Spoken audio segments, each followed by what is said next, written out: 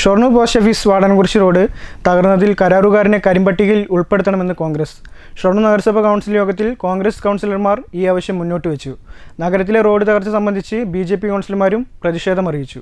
1.5 കോടി രൂപ വിനിയോഗിച്ച് നവീകരിച്ച റോഡ് 1 വർഷത്തിനുള്ളിൽ തകർന്നു. റോഡ് നവീകരണത്തിൽ ക്രമക്കേടുണ്ടെന്നും നഗരസഭാ ഉദ്യോഗസ്ഥരും വിജിലൻസും അന്വേഷിക്കണമെന്നും കോൺഗ്രസ് കൗൺസിലർ TK ബഷീർ യോഗത്തിൽ ആവശ്യപ്പെട്ടു.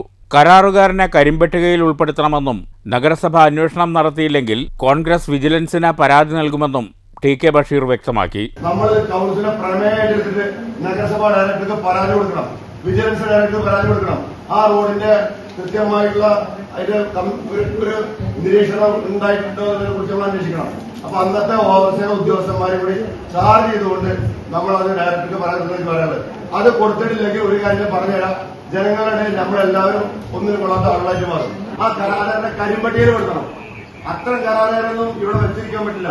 ആ റോഡിന്റെ വർക്ക് ചെയ്തിട്ടുള്ള ആളെ കരിമ്പട്ടിയിൽ കൊടുത്തു പോകണം.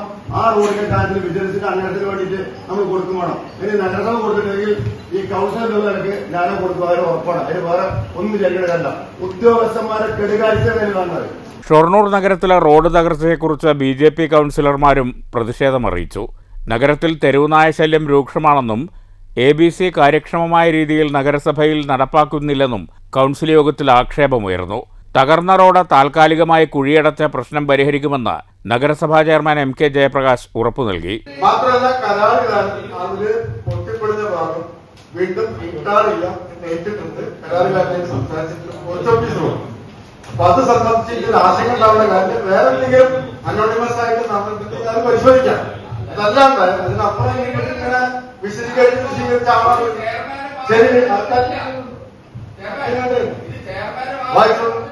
നഗരത്തിലെ തെരുവുനായ ശല്യം പരിഹരിക്കാൻ അടുത്തയാഴ്ച ABCയുമായി ബന്ധപ്പെട്ട് യോഗം നടക്കുന്നുണ്ടെന്നും ചെയർമാൻ മറുപടി നൽകി.